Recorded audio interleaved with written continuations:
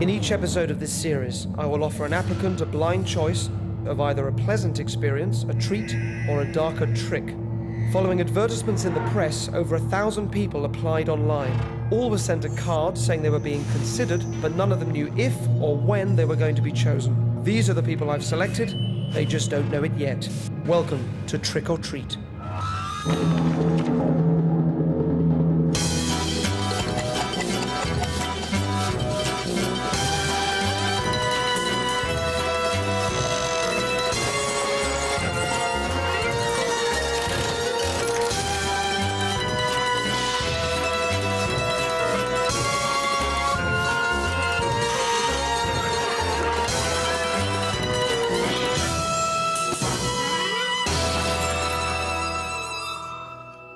Tonight's applicant is Angela, a 22-year-old administrator from East London.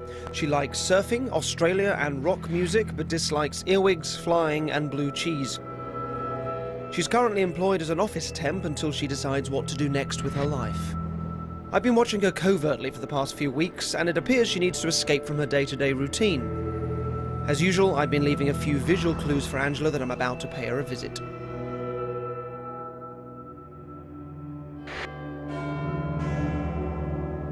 Angela is finishing up at the office, but she has no idea that we got here first, blacked out all the windows so there's no daylight coming in, and then hid cameras throughout.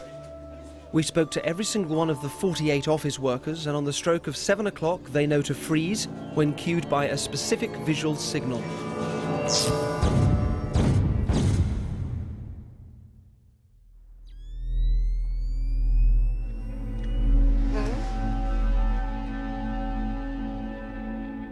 Angela is now in perfect darkness.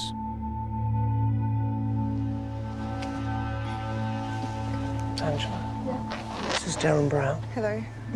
Now you applied to take part in Trick or Treat? Yes. We'd love to use you. Great. Now you know how it works. You're going to choose either a trick or a treat card. So if you pick a treat, it'll be something nice. Mm-hmm. If you pick a trick, then it won't be. Okay. Do you want to play? Yes. Good. Now, you need to sign your contract. Okay. I'm going to put that on the table in front of you. Yeah. That just allows us to do anything we like with you. And I'll shine a little torch so you can see what you're signing right at the bottom. Thank you. Now, you're going to choose one of two cards. One says trick. Yeah. And one says treat.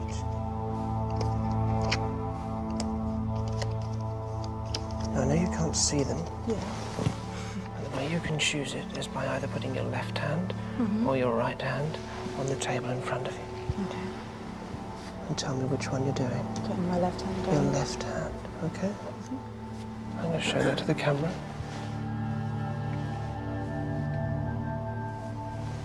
Thank you, Angela. We'll be in touch.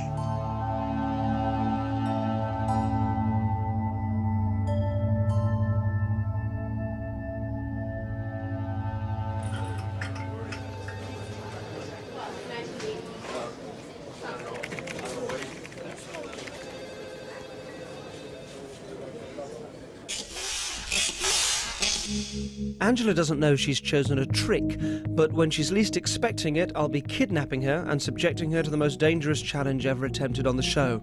Over the next week, I'm going to train her in some esoteric 19th century techniques known only to a few people, which, if she learns them well, will enable her to cope with the task ahead. Over the time we'll spend together, I'm going to teach you some skills.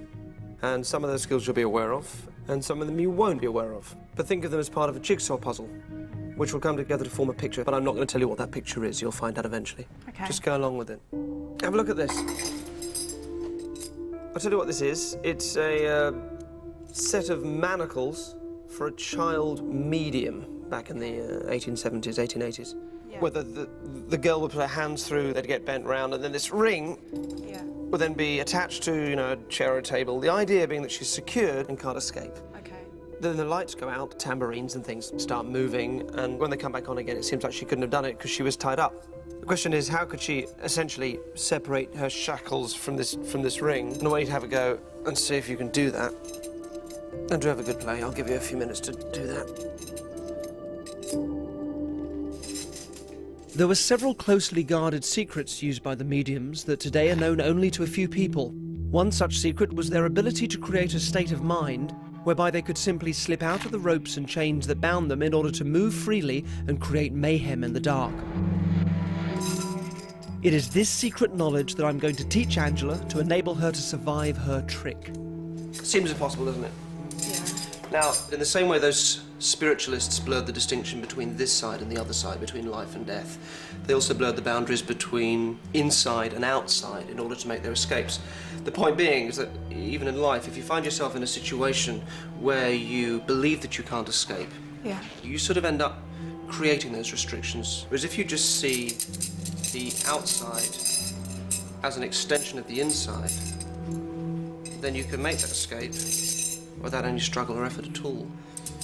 When you can do this without even thinking about it, I'll know that you're ready for what it is that I want you to do. I've told Angela that she'll need to try to work out the manacles puzzle whenever she has a spare moment. Unless she can solve it, I won't be convinced she's ready to proceed. In advance of Angela's trick, I needed to master a yogic technique that heightens self-control. Today's exercise involves increasing the length of time she can hold her breath, but first I need to see how long she can last without my assistance. Okay, so that was about 32 seconds. So that's your starting point. I'm going to try and double that. You're going to be doing this in the water. Okay, so I'll take your robe. It'll be a little bit cold on your feet. I'm placing Angela in the tank that is deliberately filled with cold water. This is designed to be uncomfortable and will make holding her breath an even greater challenge. I've placed a diver in the water with Angela for her own safety. Just hold on to the side, whatever's comfortable. So feel free just to close your eyes and really relax. Rather than thinking I've got to hold my breath, you're going to be focusing on a lovely image, some sense of a location perhaps, bobbing around on a lilo. This method of yogic breathing I'm teaching Angela, or pranayama as it's better known, is a process of using the mind to charge one's physical energy and slow the body's rhythmic cycle. In turn, her body temperature drops, the muscles relax, and her heart rate will slow down considerably. This is the same technique relied on by Houdini when performing his death-defying endurance feats. We've already established she can hold her breath for 32 seconds, but if she embraces the ancient technique I'm teaching her, we should see a marked improvement. Relax and enjoy. And if you think it's easy, breathe in and hold it now.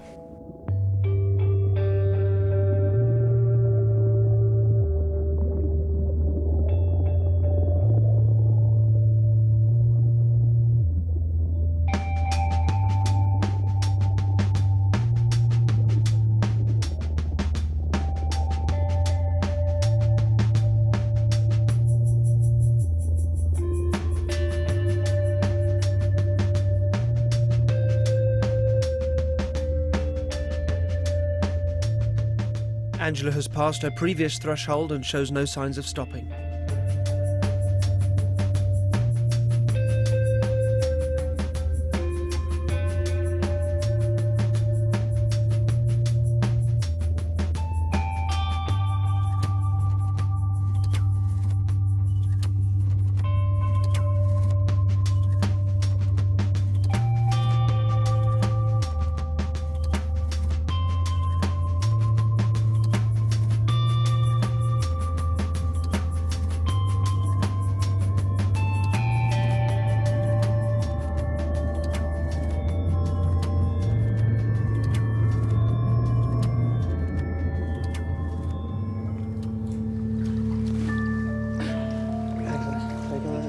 Angela has done brilliantly and almost trebled her lung capacity. She still has no idea what all this training is leading up to, but she's about to get the biggest clue so far. Well done.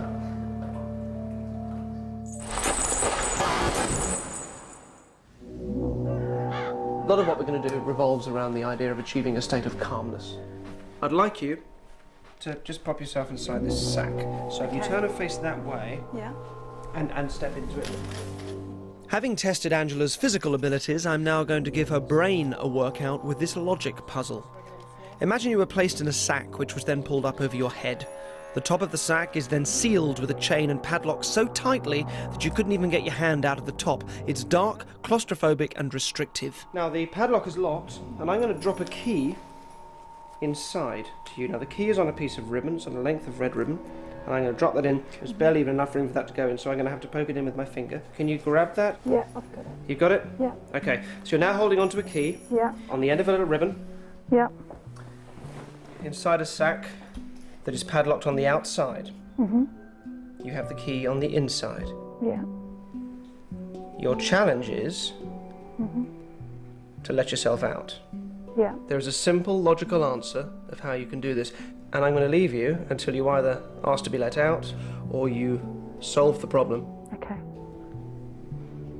Now you're given the key that opens the padlock, but you have no way of getting the two things together. The key's on the inside, the padlock on the outside. After a while, your normal reaction would be to panic, thus clouding your thinking. Angela will hopefully remain calm and work out a way to free herself, much like the 19th century mediums did when placed in confined situations. This control will be important to Angela later. It must be getting hot. Yeah.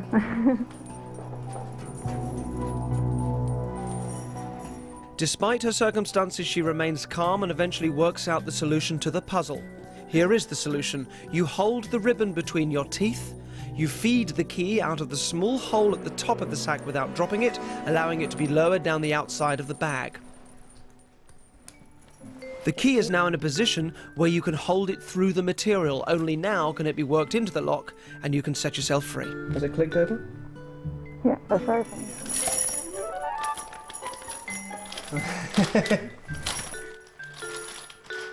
Quite warm in there. It is quite warm, isn't it? Yeah. Well done, my girl, well done. In any other situation, sort of, you know, being in a bag and chained up, I would have started panicking. And there are a couple of times when I did. As I went along, I got more and more used to the feeling of making myself calm. Unbeknownst to Angela, she's going to be subjected to a physical and mental ordeal during her kidnap.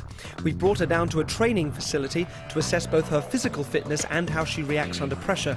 If she fails any of these tests, we'll be forced to abort the rest of filming on the grounds of safety. We've enlisted the help of a survival specialist trained by the Special Forces, but due to the extreme nature of what lies ahead, he wishes to remain anonymous. Been given a kind of a broad brief as to sort of what general areas to prepare you for. Okay. So today I'm going to give you a physical assessment. Yeah. We might start some training. It's going to be quite grueling, quite tough. Yeah. We're going to see how far I can push you. Okay. Head first, straight through. Quickly, run. Nose to the ground. Come on, move it. Move! Come on, push, push, push. Out, out, out. Put your nose in the mud and push with your legs. Quicker, move it. The trainer has been instructed to push Angela to her limits and see if she cracks under pressure. Each aspect of her health needs to be tested, so for 8 hours she's put through a series of exhausting exercises that monitor her stamina, her agility and her tenacity. Come on, down, down, lie your head. Come on, But despite showing visible strain, she appears to have excelled herself. How are you feeling? All right. Knackered? Yeah. Good. I'm actually really quite impressed with Angela. I pushed her quite hard this morning. Her agility was good. Her stamina was really excellent, actually. That was a good job. The training has been the challenge itself, so I imagine that whatever happens will be a challenge. So I'm wondering what on earth might happen. For the past few days, I've been training Angela in preparation for the most dangerous finale we've ever attempted on the show. She doesn't know what's in store, or even that she's picked a trick, but today is the final part of her lesson before she's kidnapped. So I haven't really given you any indication of really where we're going with this. No. You're just learning some skills, which will all come together at the end. I'd like you just to look at me right here. Yeah. But as you look at me, you're going to feel your eyelids just start to get a little heavier. And as you kind of listen to me and just let yourself relax. That's right, and heavier. And it becomes more of a struggle. That's right, just drift down. Imagine yourself tied securely, and through no effort on your part, other than just focusing your attention. And in the same way you can command a muscle to relax, you can also command the knot to relax. And just see those knots just slipping away. Now what I'd like you to do is to not only wake up, but to feel a refreshment moving through you. Feel good? All right, grab your napkin. Stand up for me. Now, I'll tie this up. If you give that a good pull, I need you to see that they don't just come apart. All right, I'd like you to unpick it for me. And what happens, what you experience is an increasing sense of frustration and annoyance, yes? Yeah. Yeah. That feeling now, that you're feeling, is the feeling that is important. And that's what is going to drive this mediumistic state for you. I'm going to tie another knot. It's pretty much as tight as that's going to go. I should probably give that one more. Okay? I'll give it another time. Really tight. Sensational. Okay, this is excellent. Okay, that's as tight as it's going to go, I think. Okay, so if I can take your hand, what you can do is you're going to put your hand over the knot, all right? Just gently like that. You can feel the knot underneath, yes? Yeah, I can feel that. Okay. And just keep imagining now as there's 3 or 4 knots, you're just going to create that mediumistic state and you just command those knots to come apart. Take a deep breath in. Just command it to happen. Then reach over with that hand, just pull one away and see if it comes. Look, look. Incredible. You've got that spot on. What does it feel like? I can really feel the difference in my hand. And it just melts It's apart? energy, yeah. Congratulations. Congratulations. That's fantastic.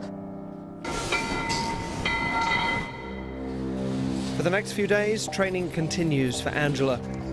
Over this short period of time, she has honed her physical fitness and her mental acuity and has inadvertently been taught all the elements she'll need to see her through the trick I've planned for her. Although she doesn't realise it, Angela's safety will depend on what she now knows. Congratulations, you are more than ready for what I have in mind. We then broke off all contact with Angela, and we left it for 2 months. The last time we spoke, I told her we'd be continuing filming at some point in the future, but I left the details deliberately sketchy. However, after 8 weeks of silence, it's now time to bring her journey to an end. It's 4:30 a.m. on a Tuesday morning.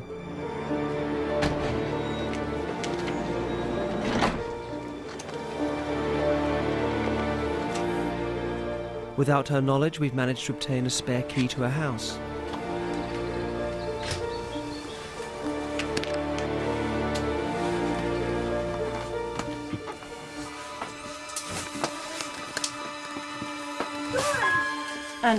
Angela, wake up, wake up. Derren sent us. Your trick is about to begin. Put these on. There's a wetsuit and a boiler suit.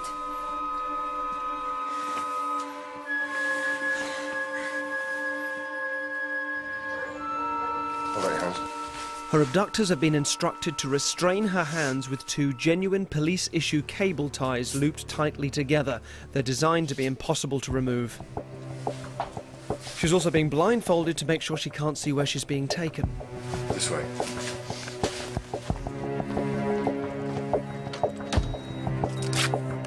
Finally, her legs are bound again and again with gaffer tape.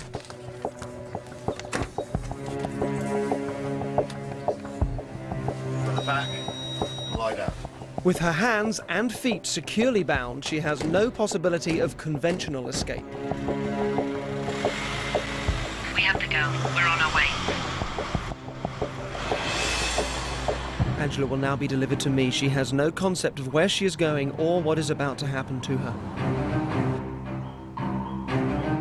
She has a long, dark journey to her final destination.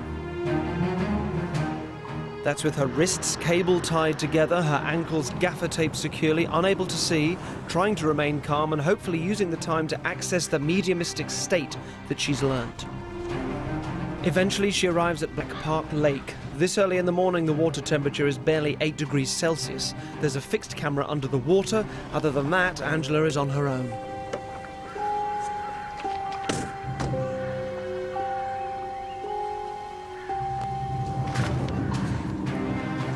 Her abductors check that her hands and feet are still both securely bound and so bring her out to meet me.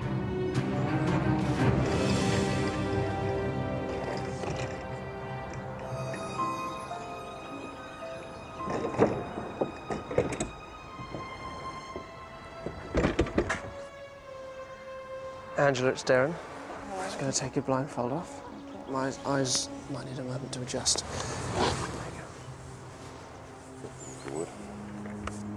Just going to pop you in the sack.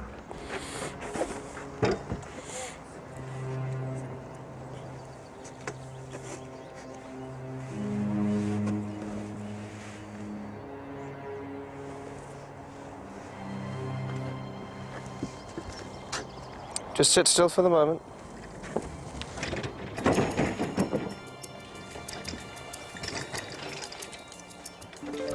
Okay. Now I'm going to tie this over you. I won't do anything until you're absolutely ready. Pop your head in for me. Now, I will count down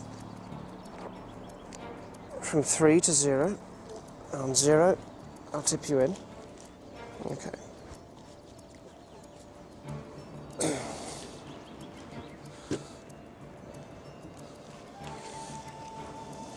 You ready to do this? Yeah, I'm ready. Do whatever you need to do. You do any breathing that you need to.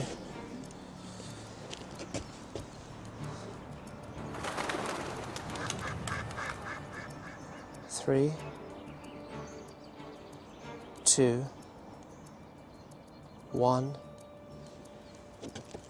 0. Off you go.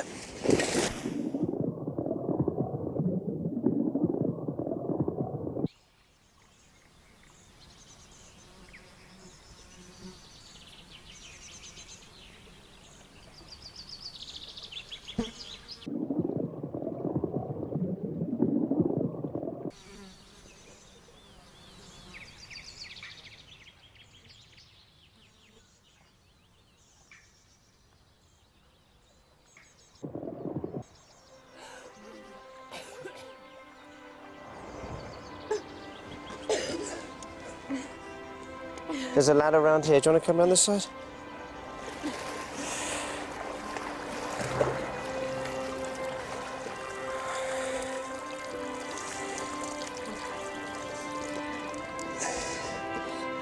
Show me your hands. Hands apart. Feet okay? Yeah. Amazing. Now let's get you warm. It has all been a really interesting experience. I don't know how this worked. It's good to sort of learn about yourself as well, so I don't think I'd usually push myself that hard. Derren said to use the technique to stay calm because it was really, really cold in there. Luckily, I got out of there in the end.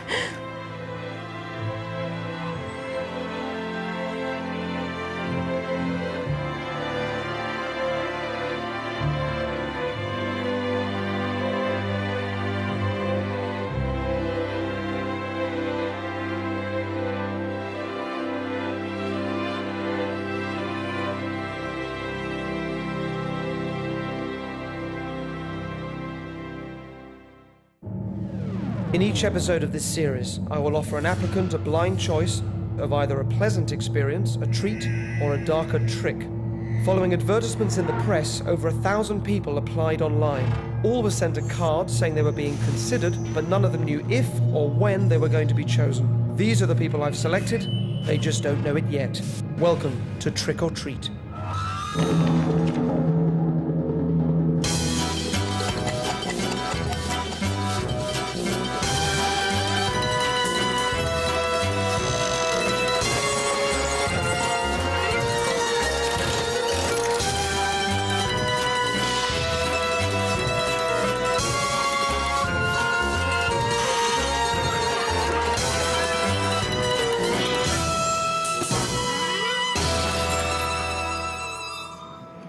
Tonight's participant is David, a 37-year-old single actor originally from Scotland but now living in London.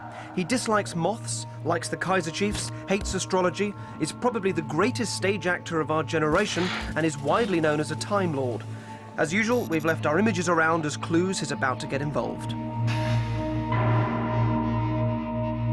David is on his way to a day's filming and has been collected from home and brought to the unit base on location. As ever, his first port of call is the makeup wagon. What he doesn't realise is that we got there first. The makeup artist is in on the act, and as well as installing a number of hidden cameras, we're quietly hiding next door. My hand is resting on the light switch. I got it to Christmas and I've played it every day. Do you think it does make your own? I think well done. Oh, it's been doing this all morning. Hang on a sec. Oh. David. Hi. David, you expressed an interest in coming on the show. Sure. I'd love to use you. Thanks. You may know how the show works. You have a choice of 2 cards. One says trick. Yeah. One says treat. Yeah. If you pick the one that says treat, it'll be something nice. If you pick the one that says trick, then it won't be. Yeah. Do you want to play? Sure. Excellent. I need you to sign your contract. Oh, wow. In blood? In pen. This could be anything you're getting to sign. You see Yeah. the trust I'm handing over to you here? Thank you. That's it. We'll fill out the rest for you. Sure. Thank you. Okay.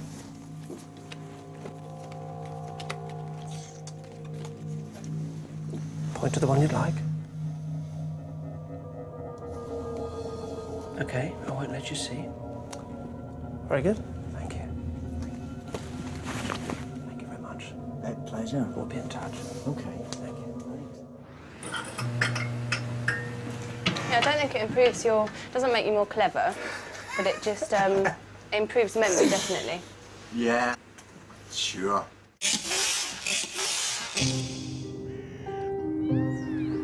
I've invited David to join me at a country house in Hertfordshire where, without using any tardies, I'm going to show him a different way to travel through time and space. So which doctor were you growing up with? Tom Baker and then Peter Davison. Oh, it's exactly the same age as me. Yeah. Can I give you that for a second? Hold Yes, in you your can. left hand. Fantastic. Right. I'm assuming then the whole idea of time travel and all of that was an appeal as part of liking Doctor Who. Of course. Yeah. It's the ultimate superpower, isn't it? It is. You picked a treat card. Did I? Yes, you Good, did. You did. good. So you can breathe a sigh of relief there. And the treat that I'd like to give you Yeah. is an experience of a sort of time travel. I'm going to begin by taking you back to a very specific date Right. and a very specific time, Right. and ask you for things that can be verified. All right? So that's what we're going to do. First of all, thank you very much for coming along and doing this. Look at me now and just sleep. Now you can stand and relax and just let yourself drift down. Genuinely, just with my voice just there in the centre of your head and floating around you, and just genuinely start to relax as you stand. And I'm going to move a chair behind you. I'm going to take your hand, and with your eyes closed, I'll sit you down in that chair right behind you. You keep hold of the envelope. I'm going to put your hand there, and as you relax, as your hand stays right there, that hand doesn't need to come down any more quickly, that it takes you to just drift and sink away at your own rate and speed. And I'd like you to be aware of the envelope that I've given you, and just to keep that hand that's resting on it, continuing to rest on it. And what I'd like you to do for me, David, is to imagine yourself in a hotel corridor with doors on either side of you. And as you just begin to picture that in your mind, you're going to start to move as if you were being pulled backwards, slowly at first, through that corridor. I want you to be aware that this corridor takes you back through time. Now, as you hear my voice, you start to move, but this time you feel there's a real pull. You begin to feel it building like a G-force as you move backwards through that corridor, and those doors just start to whiz past you, and you start to see the 60s go past. You'll even notice a change in the decor of the corridors, and then you realize you're going back through the 50s. You feel it picking up speed, and you really feel that inside of you, pulling you back through the corridor faster and faster. Can't even keep track of the doors now. Difficult to keep track of the years, finding yourself going back through the wartime, through a sense of that period, and then you stop there. As you come to a halt, you look at the sign on the door, you see that it says September the 29th, 1938. Step through the door. Now, you're in a place called Chester Square. It's 1938. I want you to give me a sense of what you're first aware of. There's a road. Mm-hmm. And there's a car that's stopped. There are lots of people. There's been an incident with the car, and anxiety amongst them. So there's a lot of emotion. Mm. Okay. It's a woman. And what happened? The car stopped, and there was a bit of a hullabaloo. Okay. It's about her.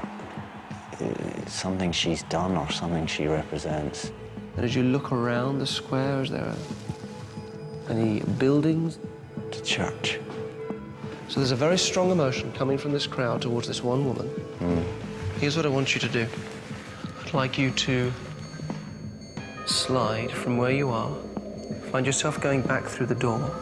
This time you're going to move forwards. And to shoot forward now, coming right up to the present day. And when you get there, you feel yourself waking up.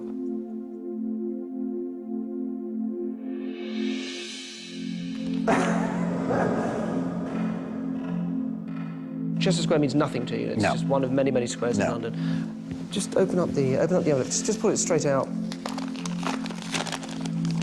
Don't turn it over quite yet. Just pull it out. So this is a newspaper. Yeah. From September the 30th, 1938. There is an article on the front page of that paper, which, if you turn it over, I've put a couple of arrow stickers there. Can you read that out?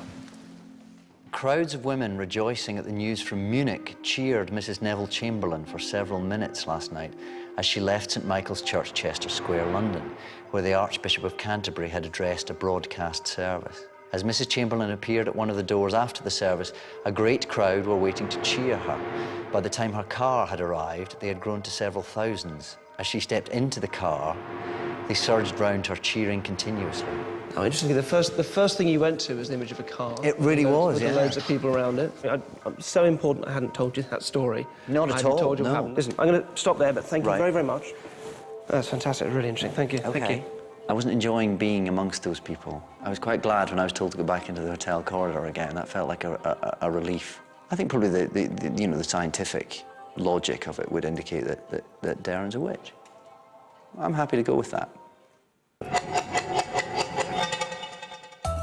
After going backwards in time, I want to move on to the more philosophically interesting area of travelling forward in time. And to do that, David's going to have to pretend to read someone's mind. I'm going to have you project yourself forward in time, 20 minutes, and tell me something that's going to happen. Right. All right? Let me take your arm. Just relax, look at me, put your feet flat on the floor. In a little while, we're going to leave here, we're going to walk out onto the street. You're going to go up to somebody in the street, and you're going to have them draw a picture. And you can choose anybody you like. Now, what you're then going to do is to pretend to read their mind. And what I want you to do in a second is to project yourself forward to the point that at the end of that trick, they will turn their drawing around and show you what they've drawn, okay? And I want you to see in the future what it is that they're going to draw. Okay? Good. Now close your eyes for me. I'm going to put your hand up there. That hand will not come down any more quickly or slowly than it takes you to begin to get a sense of what that is. You don't have to think about it, but you're just imagining them with that drawing. You can see in your mind whether it's a man or a woman. You've pretended to read their mind. You get it right. And then they turn it around. And at the point your hand touches the table, you'll have a clear sense of what it is. Just open your eyes for me. Remember what that is. I'd like you now to go and stand in the corner, just behind you. You can then draw what you're thinking of. I will not look. So stand there with the wall behind you, facing into the room, so you know nothing. You look over your shoulder, and I'll look over here. Nice and large and clear. When you're done, just fold it up, put it straight in your pocket, and please, no cameras directly on that. When you've done it, don't show anybody. Fold it straight up, put it in your pocket. Lovely. Done that? Excellent. Let's go. There should still be some people around. It's 20 to 4. Thanks very much. Thank you. Let's go. David's now going to act out the mind reading he imagined 20 minutes ago to see if a random member of the public will draw what he foresaw that they would. What sort of person should I be looking for? Entirely up to you. I have a blank canvas. A blank canvas? Let's do it. Maybe down here? Yes. No. No? I'm not feeling a psychic bond. OK. There's someone. We're not rolling. Are we rolling? Excuse me. You don't have 5 minutes to let me try and read your mind, do you? I'd love you to. Would you? Yeah. Brilliant. I found someone. What's your name? Claire. Claire, I'm David. It's lovely to meet you. This is Derren. Hello, I'm Derren. He's a sort of witch. Don't worry about that. Excellent. Come up here and we'll put a microphone on you and we'll do David's that. going to read your mind.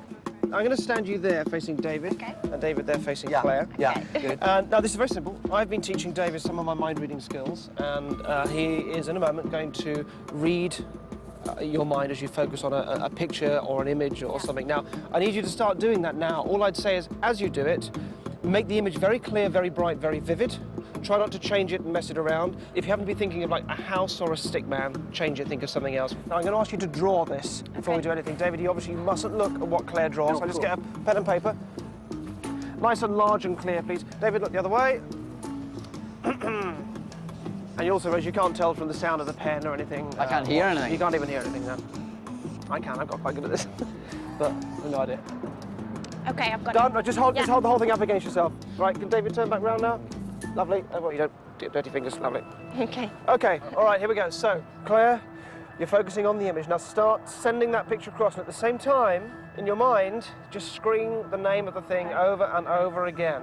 Make that image, Claire, really big and bold and bright. Now, David, as you're doing this, are you getting a sense of animal, vegetable, or mineral? I think it's living. I think it's a living thing. All right. Now, don't say yes or no, but you've given away probably a nice yes then from that. And I think it's a furry animal, like a pet, and it's I think I know what it is. I think it's a cat. No, is it? Can it? Yeah, it is. Hello? This is the worst drawing ever, but it definitely is a cat. That's really good. Well done. Really good. It's appalling. I'm supposed to be an art student. It's not. Claire's a fine arts student. Yeah, okay. Yeah. What year? Congratulations. I'm going to ask you a few questions about it, so just stay put for a second. Okay. Well done, though. Congratulations. Let's step out. I can't understand possibly at all how he would have been able to grab that from me. Well, it was pretty strange when he said that he thought it was something furry. It was quite difficult for me not to laugh, actually, just because I couldn't believe that he'd actually got it. So this is Claire's drawing, which is quite freaky. Well, I'm just going to show you, because I'm really quite freaked out by this. There's not much to choose between them, really. It's the tail's going the same way, even the sort of slightly devilish, the devil horn ears, which, as I drew them, I was thinking, they don't look much like cat ears, but she's done exactly the same thing. But I wasn't expecting it to be quite so bang on.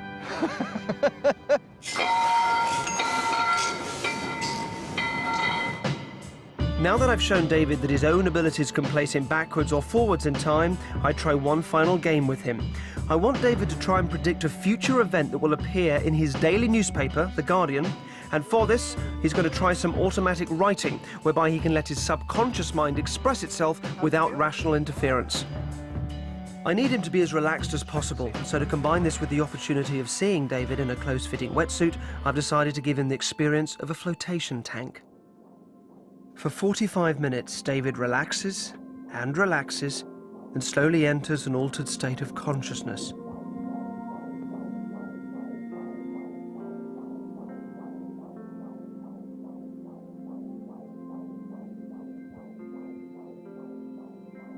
When he seems most receptive, he's gently helped out of the pool, maintaining an optimum trance state in order to write his prediction.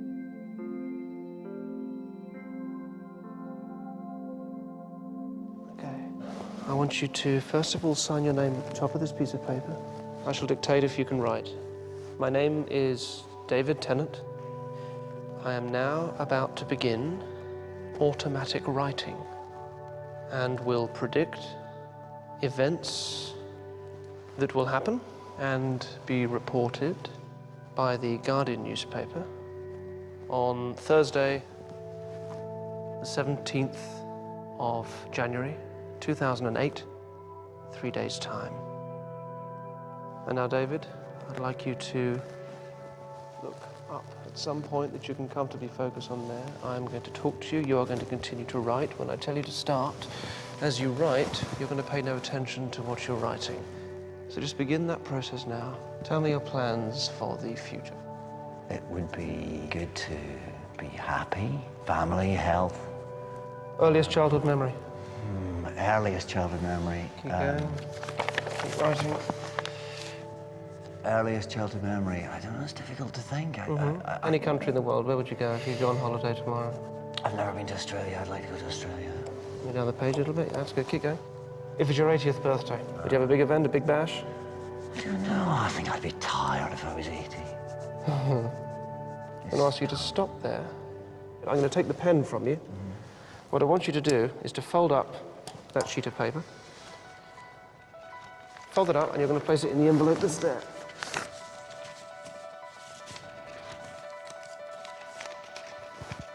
Lovely, we'll seal that up. Great. And then, I'm going to give you another envelope. I'd like you to fold your one up very small and place it in this one, just so there's no danger of it coming open by accident, or also so you're not tempted to have a quick peek at what you... OK. That's yours to keep. You can put it in your pocket for now. It's a bit wet. Is it a bit wet? No, that's all right for now. But just please, when you take it home... In fact, let's stand up. We're done here. When you take it home, please resist the urge to open it. Right. And one thing I would say, David, you said you read the Guardian newspaper. Yeah. We're going to meet again on Thursday. Right. On that Thursday, please promise me you will avoid reading any newspapers or catching the news, catching it on the radio by mistake or anything until we meet and we can find out together what's in the paper that day. Thank you so much for being such an amazing sport with us. It's been a pleasure. You've been absolutely fantastic. And that's all for now. And I will see you. See you on Thursday. See you then. Thank you again. It's now Thursday morning, and 4 days ago, David Tennant made a prediction as to what might appear in today's Guardian newspaper. He placed that prediction in a sealed envelope inside another one, and he's kept that safely with him all week. I've sent him off to buy today's Guardian from any newsagent of his choosing anywhere in London, and then to bring that newspaper back to me without looking at it. We sent a camera to keep an eye on him. Guardian, 17th of January, 2008. Mission accomplished, let's go. Thank you. So if you could lose these supplements before we do anything, just drop them on the floors. Lovely. OK, so it's Thursday, the 17th of January. You're happy this is today's Guardian? I've just bought it. You have just bought it? Yeah. Fantastic, thank you very much indeed. Now, you've also got the envelope on you, which you've been hanging on to for a few days now, for 3 days, since Monday. Not tampered with? No, we're not expecting this to be perfect block capitals. I, David Tennant, predict X, Y, Z. It's the nature of automatic writing. It's going to be squiggly and difficult to decipher, but we will decipher what we can find, and I'm going to write up here the sort of 4 or 5 things that we can kind of make sense of and compare them to what's in the paper. All right? So if you can open that for me, I'm going to get this down as well, and ask you to take out the... There's an envelope inside the envelope, isn't there? So if you take out the envelope inside and pull that out, fantastic. If you just take out the prediction inside, but without actually unfolding it and reading it just yet. Fantastic. OK. I'll give you the camera if you want to just unfold that for me, and we'll start going through it. And if you can read it as best as you can, the camera should be able to pick that up. My name is David Tennant. I am now about to begin automatic writing and will predict events that will happen and be reported by the Guardian newspaper on Thursday, 17th January 2008, 3 days' time. OK. This is the point where it sort of starts to get a bit... a little bit messy. We can ignore anything that clearly refers to things that were going on in your head just to do with the questions that I was asking you. It'll take a while for the genuine automatic writing to kick in. I can't read any of that. Australia, I think I asked you about where you wanted to go. I think we're still on the holidays. I don't know what that is. Like a wall or something, or... That doesn't seem to relate to anything. Equally doesn't need to mean anything either, but let's write it down, so at least we can start writing down things that we can read. And we can always go back and look at those other ones afterwards. Is it A? What does that look like? AG? A-G-A-W-A-L-L-A? Something file? Or tile? You think tile? You know, you're writing better than tile. Cold cat. Face, something? That's face, isn't it? Yeah, it looks like face, isn't it? How much of this do you remember at the time? No, by now where were you with the... You were just scribbling? I was just scribbling. Cold cat again. Cat. Wife. There's crab apple. There's no sense of really a story yet here. Poppy. Poppy. Scrabble. There's Scrabble. Scrabble. That does look like Scrabble. Will Sue. Will Sue. That looks like online to me. Yeah. Online Scrabble. Somebody will sue online Scrabble. There you go. That's almost a sentence. Actually, I know what this is. I know what this is. I have looked at the papers this morning. Right. That does look like a complete statement. All right, so there's nothing on the front page that matches with this. I'm going to let you go through. There is a... Well, there's Scrabble. This is it. My brother's Facebook homage to Scrabble spells Face. lawsuit. Now, face you had quite a few times. Face. This is a story of the makers of Scrabble. suing the online version that's on Facebook for copying them. I go what? Nearly. Tile, of course. Tile. Cold cat.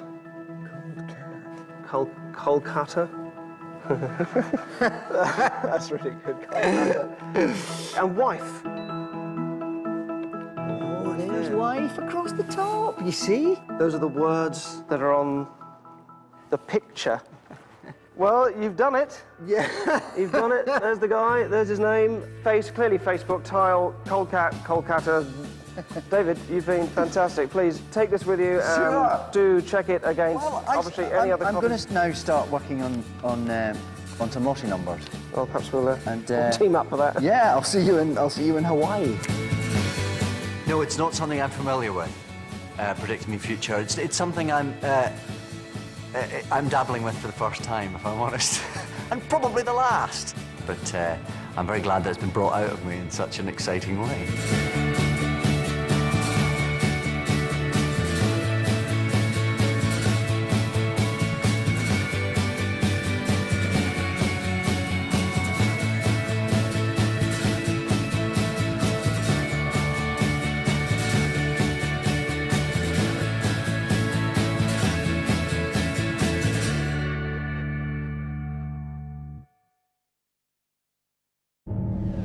In each episode of this series, I will offer an applicant a blind choice of either a pleasant experience, a treat, or a darker trick.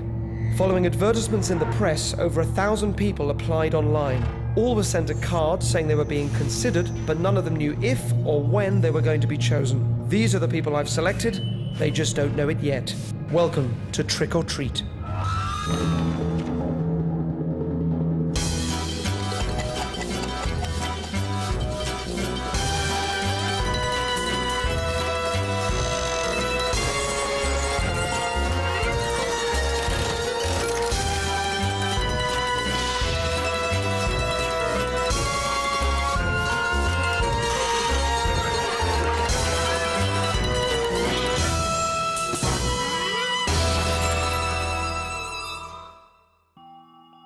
Would you ever kill a kitten like this, for no other reason than you were told not to?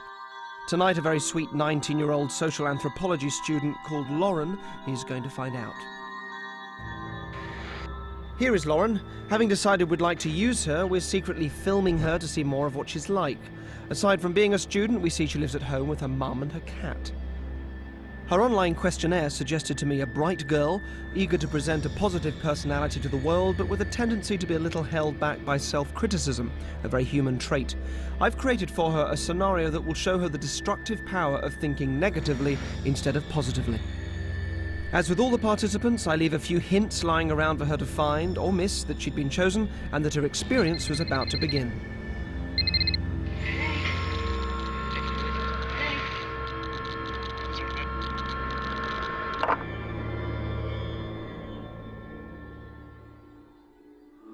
In central London, we've taken over this deserted townhouse and spent the day converting it into a believable private clinic.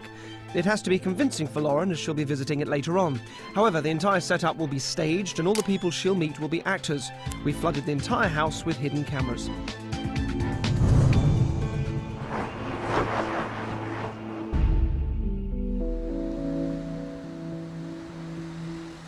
Lauren was called by our office and told that all would-be participants had to undergo a standard psychological profile. She was invited to our fake clinic, believing she was one of thousands being interviewed. Hi there. Hello. Come through. She's been asked to bring a childhood toy with her, which will play a role later. Unknown to Lauren, this is all for her.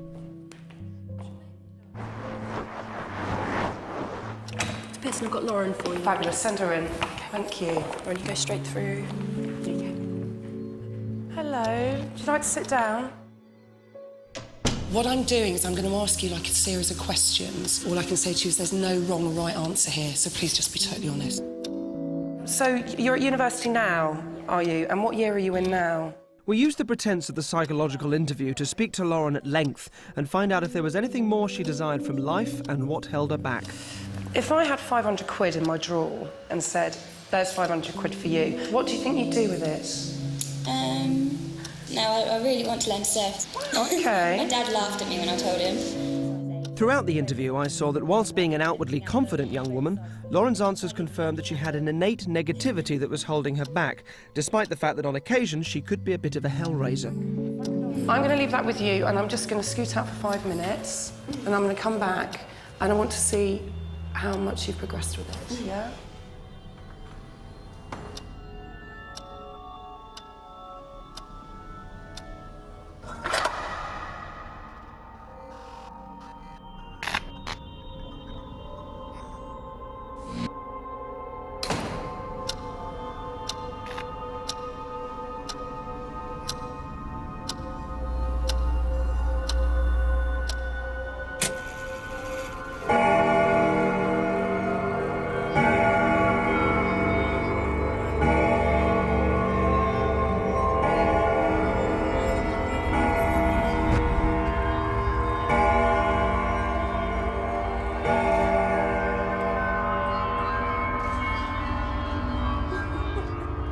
Hi, Lauren. You want to just head over, pop over to the table? Hello. I'm Derren, very nice to meet you. Nice to meet you. And you applied to be on the show. I did. And we'd love to use you. You'll be picking a trick or a treat for yourself. Are you happy to play, first of all? You happy to play? Good. Then I'm going to ask you to sign your contract. If you don't mind. There you go. It just allows us to do anything we like with you. It's difficult to read the red writing in the red light, isn't it? Lovely. Thank you very much. Excellent. So, depending on your choice of trick or treat card, we're going to leave through one of these two doors. It's unusual because normally the trick or treat would happen at any point sort of over the next month, but yours is going to happen right now. Okay? So, I'm sure you know how it goes. You've got a trick card and a treat card. If you pick the one that says treat, it'll be something nice. If you pick the one that says trick, then it won't be. Give them a little mix. And if you'd like to choose one, please. Very good. Lovely. I don't want you seeing what it is, but I will have a quick look. Oh, jolly good. Excellent. Well done. Can you put that in your pocket without looking at it? Good. So, as I said, your trick or treat is going to happen right now. And because you picked that card, we're going to go through this door here. All right? Do you want to come with me?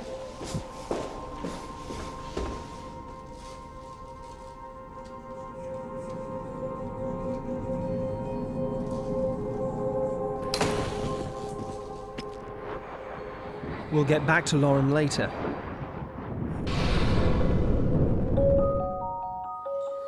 Tonight, Lauren's going to experience an extreme example of something called negative suggestion. Throughout life, we are surrounded by negative suggestions, and these start early in our childhood when we're told don't do this and don't do that. The point is, the more we try not to do something, the more likely we are to give in and do it. Children are particularly prone to negative suggestion, and to show you this idea in its simplest form, I made a box that has a big red button on the front.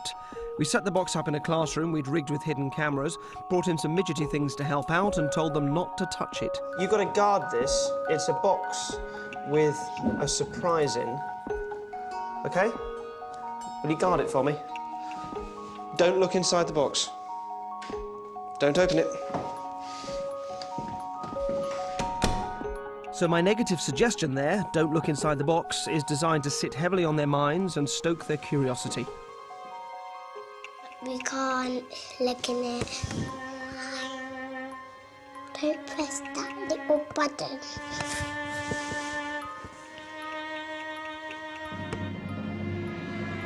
You touch it and it will open. Touch me.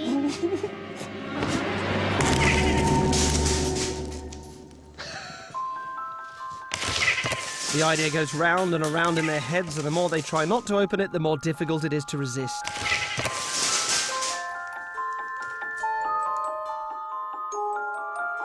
hand came out and pressed the red button. Oh, a hand came out, right? It was an invisible hand. Right. And I was so scared. And it hit me, and it opened the box. This rebellious urge to fight commands telling us not to do something is founded early in life and can carry on over into adulthood. Curiosity plays a role too. We wonder what will happen if we do the thing we're trying not to do, and tend to give in because that childlike naughty urge won't go away.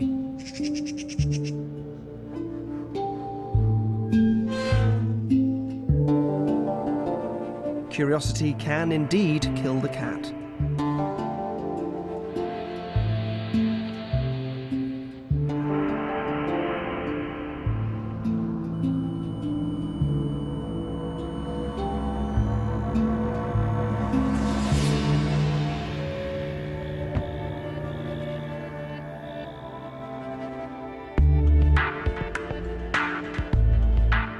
Lauren's trick or treat is about to put this notion to the test in the most extreme way possible.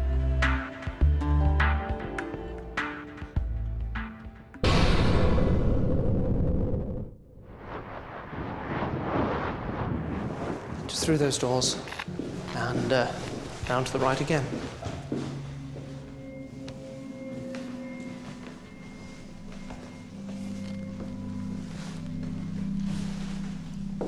Can we just come over here for a second?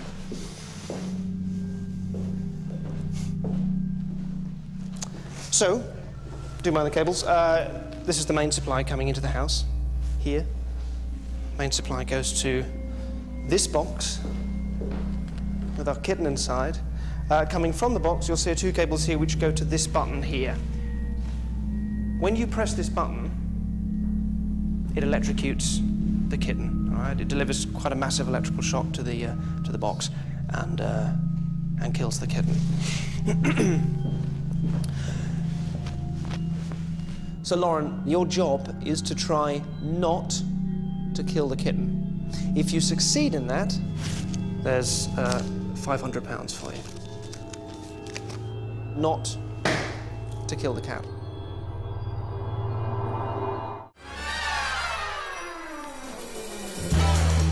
Zippo's Circus is the home to some of the loveliest people I've ever met and some of the most extraordinary performers.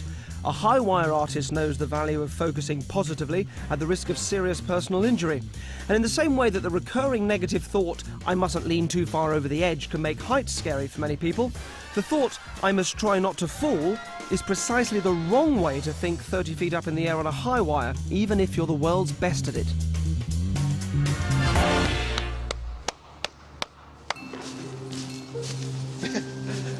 Henry. How are we doing? Fantastic. Amazing watching you do your stuff. You're in the Guinness Book of Records for skipping with a rope. What is that, and what exactly is the record for? It's the most skip in a minute on the high wire. With a rope? With a rope, skipping at the same time. So you've been doing that since you were 12. You're 27 now. Yeah. Have you ever fallen off doing that trick? No. No. So far, no. Love to see you do it again. Thank you very much. And what I'd say is this. I'm going to go over here. Don't worry about what I'm doing. Don't worry about any of that. You just focus on not wobbling and not falling off. I'd like you to go and do that again, OK? Just make sure you don't wobble and fall off. Brilliant.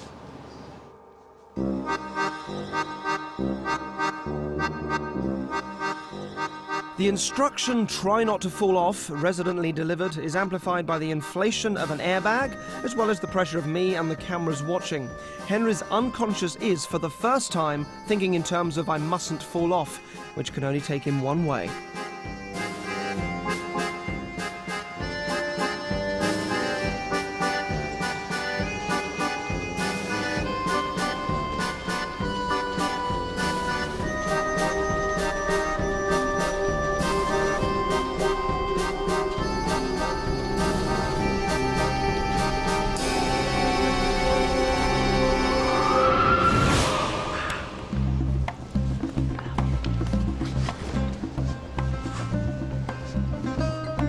You okay?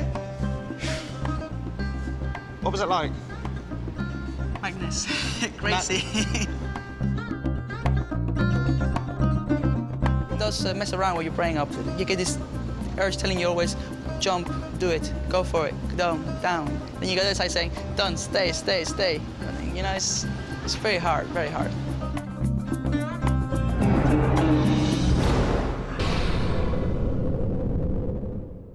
Tonight's participant, Lauren, was lured to an old London townhouse believing she was attending a psychological interview.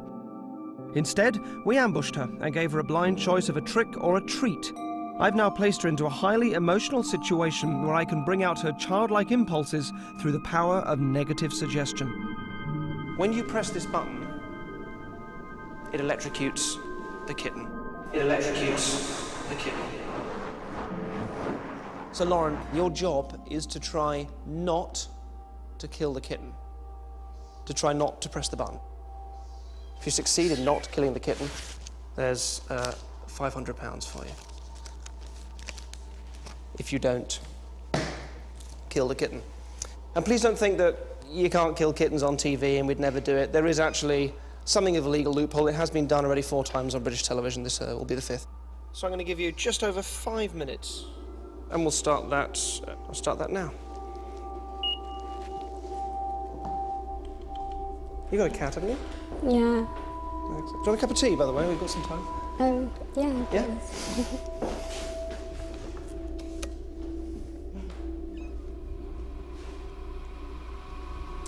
I'd try not to think about it for a bit if I were you. Sorry? Best thing is just to take your mind off the cat for a bit. Although Lauren understands she must not push the button, which would result in killing the kitten, the embedded command, push the button, will start eating away at her. As we've established, children are far more open to negative suggestion, so I'm going to increase the pressure by regressing her back to a more susceptible time. There we go. Sorry, there's only orange squash. Cheers.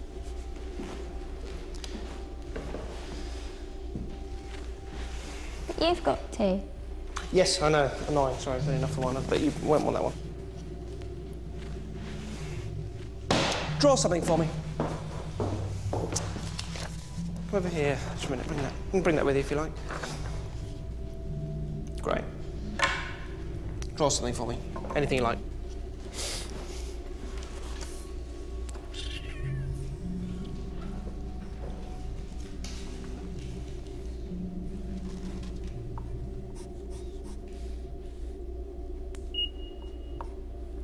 Very good. Good detail.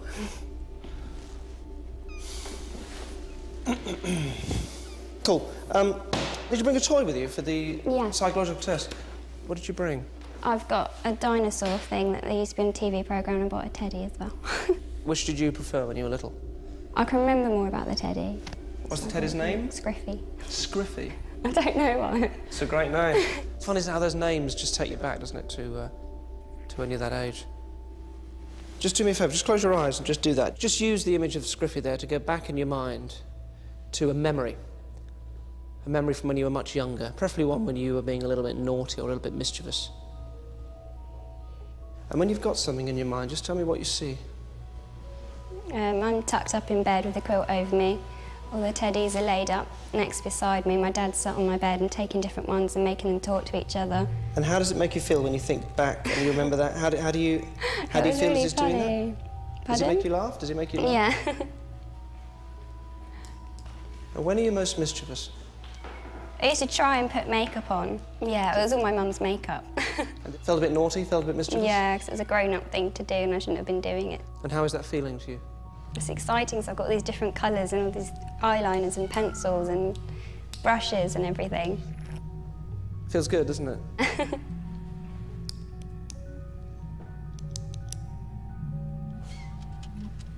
Open your eyes for me.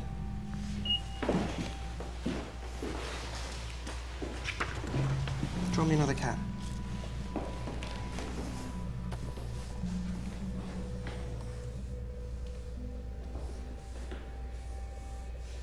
Oh, it's really lovely. You've done big pointy ears as well.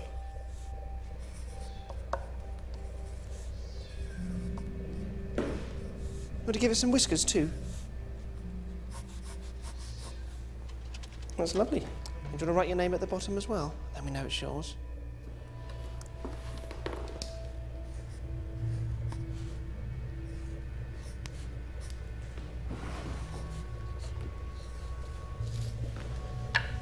That's a really lovely pussycat.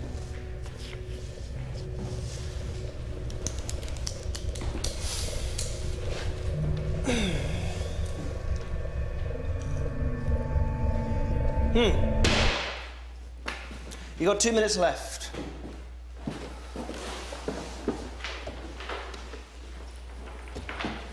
Excellent. That's 2 minutes, starting now. Good luck. Oh, and Lauren, whatever you do, don't press the button.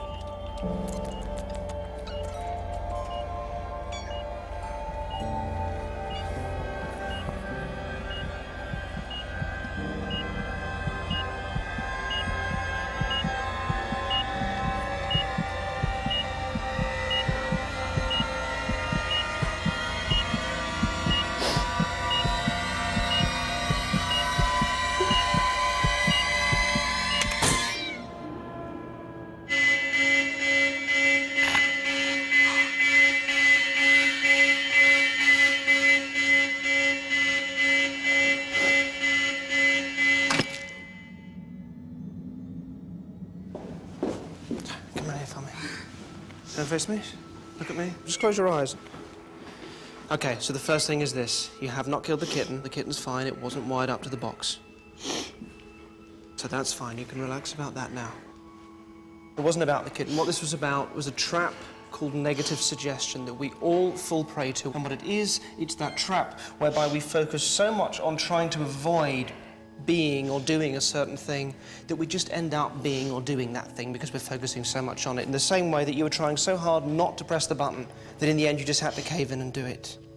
And your treat today, because it was a treat that you picked, Lauren, is that every time in the future that you find yourself focusing negatively, your brain is going to take you back to this very powerful and quite emotional experience that you've had tonight, and it will zap you into a more positive and constructive state. And that's your treat. And of course, it was a treat. So I'll have your treat card off you. Congratulations. And of course, technically, you didn't kill the kitten, so you win £500. What are you going to spend it on? I'd love to go surfing with it. Surfing with it? Fantastic. Thank you so much. Yep. Come, Stella. Hello. Baby. He's gorgeous. He's lovely. Enjoy your surfing. I'll leave you with Kitty. Uh-oh.